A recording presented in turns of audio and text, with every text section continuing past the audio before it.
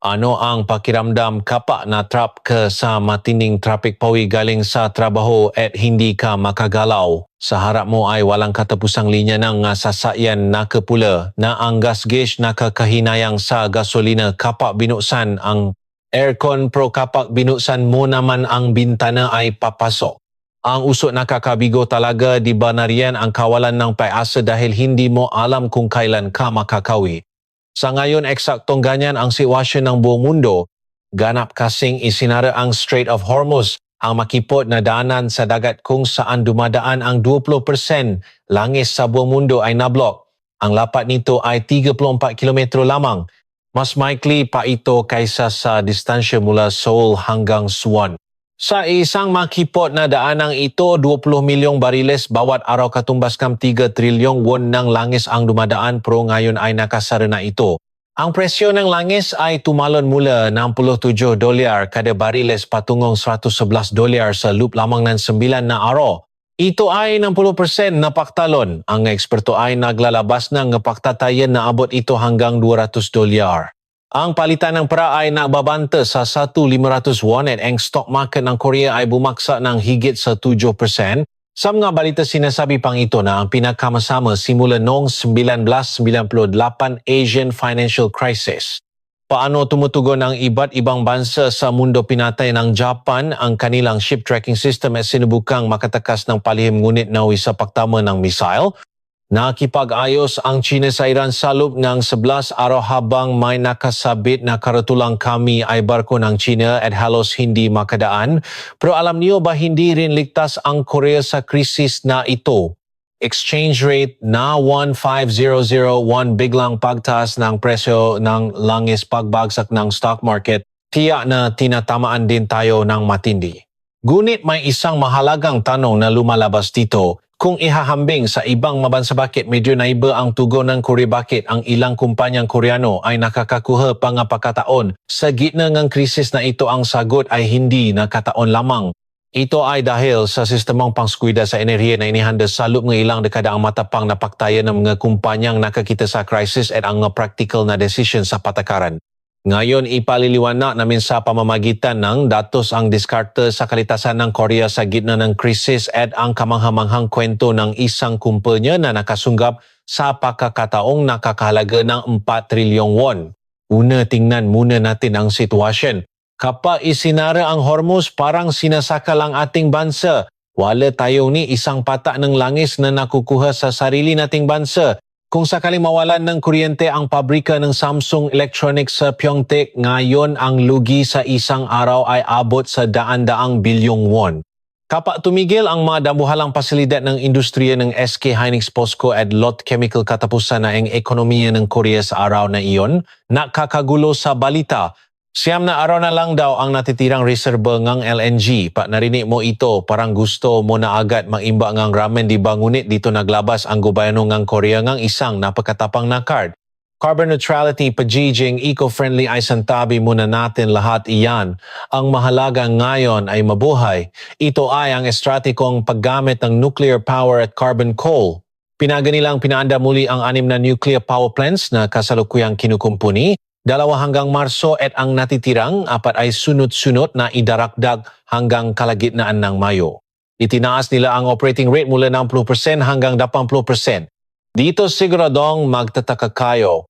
Bakit hindi 100% ang nuclear power plant ay parang cruise control na kapag binuksan mo mahirap ng patayin? Sa mga sasakyan parang tumatakbo ka ng 100 kilometers per hour sa highway tapos biglang pumreno ang sasakyan sa harap mo hindi ka naman. Makakapreno agad di ba ganoon din sa nuclear power? Isa itong hindi nababaluktot na mapakukunan ng kuryente na mahirap ay just eget ang output. Lalo na ngayon ang mga renewable energy tulad ng solar at wind power ay biglang gumagawa ng napakaraming kuryente kapag maganda ang panahon. Kapag pinagana mo ang nuclear power ng 100% sa ganitong oras maring maging unstable ang supply ng kuryente dahil sa labis na kuryente. Sa katunayan, para maiwasan ito, mayroong tinatawa na backstep kung saan sa pilitang ibinababa ang output. Kung pilit mong ibababa at itataas ng paulit-ulit ang nuclear power at maka-blackout ang pinsala sa ekonomiya sa sandaling iyon ay napakalaki. Kaya ang 80% ang ligtas na hangganan maginotline. Ang mas kapansin-pansin ay ang carbon. Ang mga coal power plants na dati ay tumatakbo lamang sa 80% dahil sa fine dust ay ngayon pina-full blast na sa 95 hanggang 100%. Tinis nila ang Batikos Nega may environmental groups dahil ang prioridad nega yon ay ang supply nega kuryente para sa mega mamamayan. Alam niyo ba kung gaano kalaki ang desisyong ito hanggang nung nakaraang taon lamang sinasabi nilang unti-unti nilang babawasan ang coal power generation hanggang 2030? Ngunit ngayon pinili nila ang practical na option na nagsasabing kaligtasan ang una. Kasalukuyang ganito ang istruktura ng production ng kuryente sa Korea Nuclear 30% carbon, 30% LNG, 30% at eco-friendly 10%. Ang nuclear at carbon ay bumubo sa 60% at nagsisilbing haligi ng power grid. Kung ikukumpara sa Europa na laging isinisigaw ang eco-friendly pero ngayon ay nagsusunog ng kahoy dahil naputol ang gas ng Russia, hindi ba ito isang napaka-practical na decision sa Germany? Isinigaw nila ang PEC phase out ng nuclear power. Pero ang gayon ang bill nila sa kuryente ay 3 beses na mas mataas kaysa sa Korea. Pinili natin ang pagiging practical kaysa sa ideolohiya. Ngunit may isang kakaibang bagay dito. Ang LNG ay sapat lamang para sa 9 na araw, ngunit ang crude oil ay may sapat para sa 208 na araw. Hindi kaya maling pamamahala ito, maisip mo iyan. Ngunit ito ay isang illusion, image at kaibigan.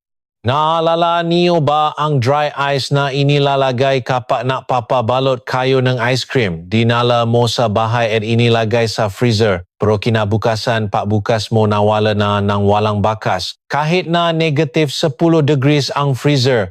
Bakit kaya ang dry ice ay kailangang mas mababa sa negative 78 degrees para manatiling solid? Kahit ang freezer ay parang pugon para sa dry ice. Kaya sa paglipas ng panahon direktang nababago ito mula solid patungong gas at lumilipat sa hangin. Tinatawag itong sublimation.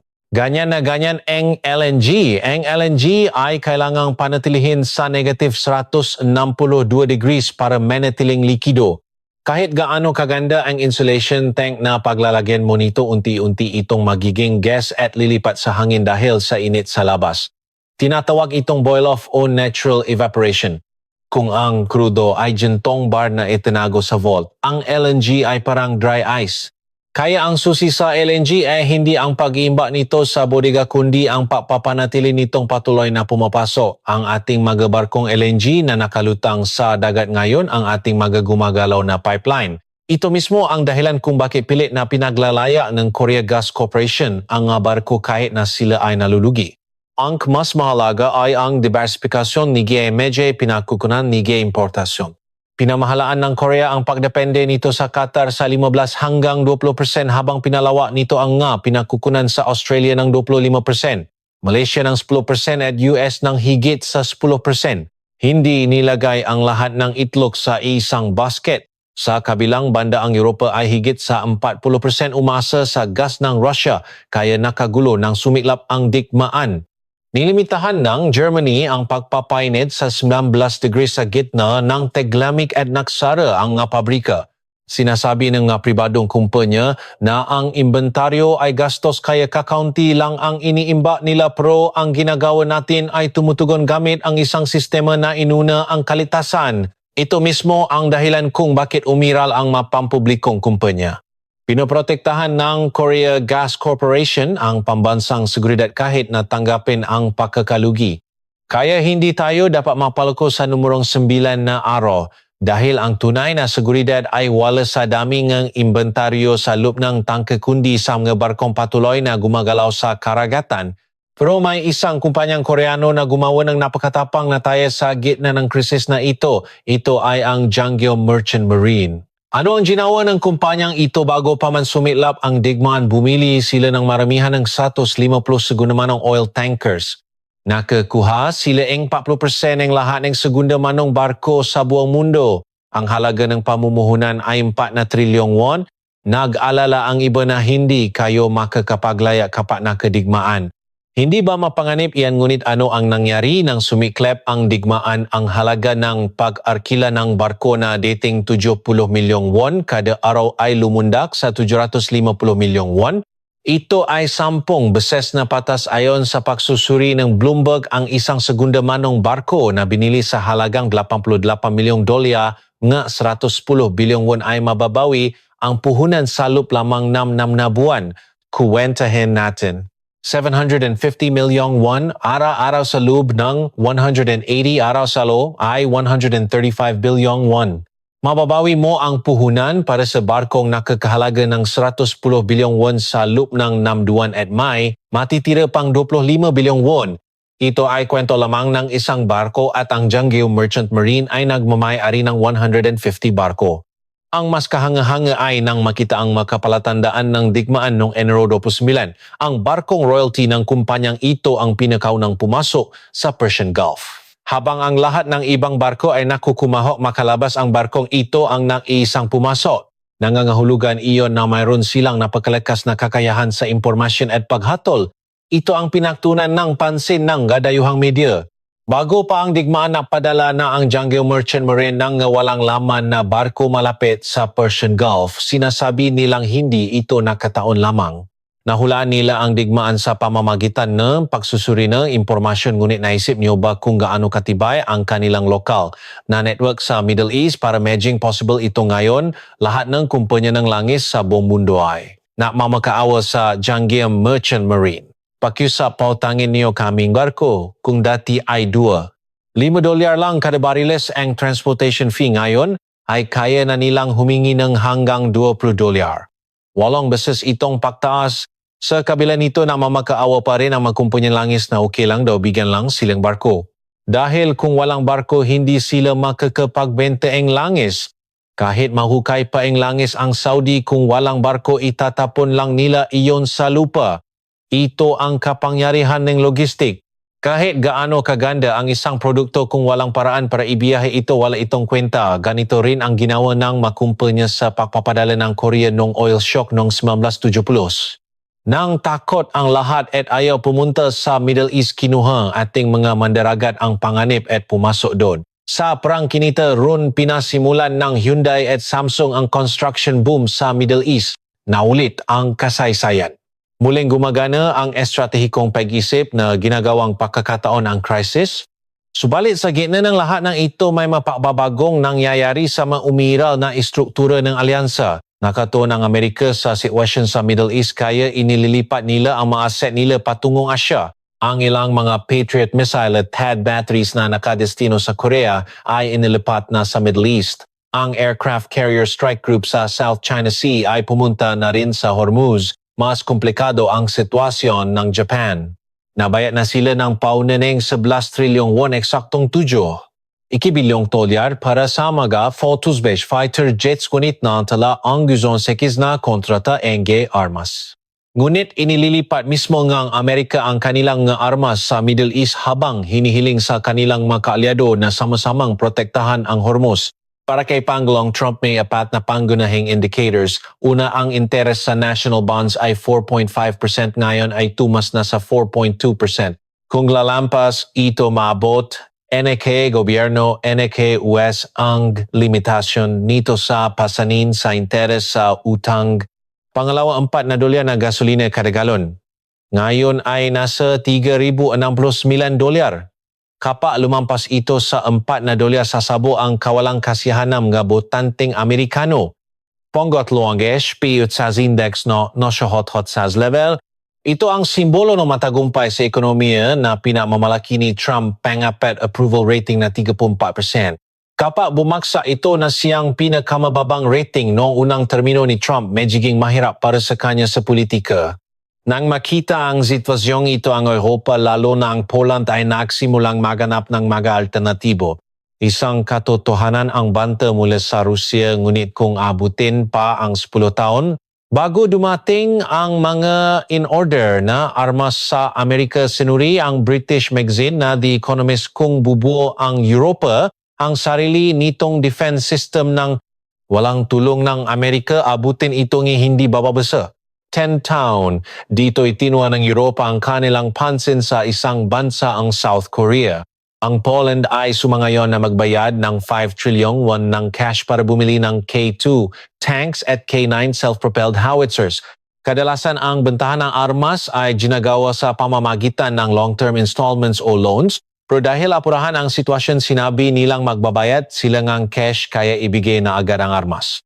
Alam niyo ba kung ano ang sinasabi ngayon namga bansa sa NATO bigyan agad ng pondo ang Poland para makabuo sila ng depensa gamit ang armas ng Korea? Pinili ng mga bansang Europeo ang maarmas ng Korea kaysa sa sarili nilang maarmas. Ganito ang pagtatasaing UK economist para sa Europa na gustong bawasan ang kanilang pagdepende sa Amerika. Ang South Korea ay isang praktikal na alternatibo. Ito ay hindi lamang isang simpleng pag-export ng armas ngunit nangahulugan din ito na ang Korea ay may mahalagang papel sa pandaigdigang istruktura ng seguridad. Mga kaibigan, ang pag-block sa Strait of Hormuz ay tiyak na isang mahirap na sitwasyon. Sa exchange rate na 15001 at mabilis na pagtaas ng presyo ng langis magiging mahirap ang ating buhay. Tataas ang presyo ng bento boxes sa mga convenience store at tataas din ang delivery fees. Magiging mas mahal ang flight tickets para sa summer vacation, ngunit hindi natin kailangang mag-panic. Ang ating gobyerno ay gumagamit ng nuclear power upang protektahan ang supply ng kuryente dahil sa kanilang practical na pagpapasya at pinamamahalaan ng Korea Gas Corporation ang supply chain sa dagat 24 oras bawat araw. Ang kumpanyang tulad ng Janggyo Merchant Marine ay naglalaro ng mahalagang papel sa pandaigdigang logistik at ang mga kumpanya ng depensa ay tumutugon sa mga pangangailangan sa seguridad ng Europa habang kumikita ng foreign currency. Ang krisis ay isang sakuna para sa mahindi handa ngunit maaari itong maging isang pagkakataon para sa mahanda. Tulad ng kung paano tayo bumangon sa pamamagitan ng paggawa and construction sa Middle East noong 70 plus oil shock at kung paano tayo nakabangon sa pamamagitan ng semiconductors at IT noong 1997 Asian financial crisis. Sa pagkakataong ito ay muling gumagawa ang South Korea ng mga bagong pagkakataon. Naalala niyo ba ang Tehran Rose sa Gangnam ang tiwalang nabuo ng makasamang makpawis ang Korean technician sa disyertong Iran noong dekada 70 ay nagpapatuloy hanggang ngayon. Ang relasyong nabuo noon ang nagsisilbing aset na nagpoprotekta sa Korea ngayon sa gitna nagakrisis sa Hormuz. Mangyaring huwag kalimutan na sa bawat ilaw na inyong binuksan ngayong gabi may nakatagong matinding paghahanda at Estrait here. At sa mismo oras na ito sa 1:43 sa ating mga mandaragaan nagtitiis sa mahirap na sitwasyon sa kalagitnaan ng Persian Gulf, nagtitiis sila at namamahala ng paubos ng mga suplay sa ilalim ng kalangitan kung saan nagliliparan ang mga misail. Taos puso kaming nananalangin para sa kanilang ligtas na pag-uwi. Mangyaring suportahan ang ating mga Koreanong mandaragat na naglalaya sa mga karagatan ng mundo sa pamamagitan ng pag-iwan ng komento. Hanggang dito na lang ang aking video ngayong araw. Kung nakatulong ang video na ito, mangyaring mag-subscribe sa Pandaigdigang Ekonomiya at I like ang video. Maraming salamat.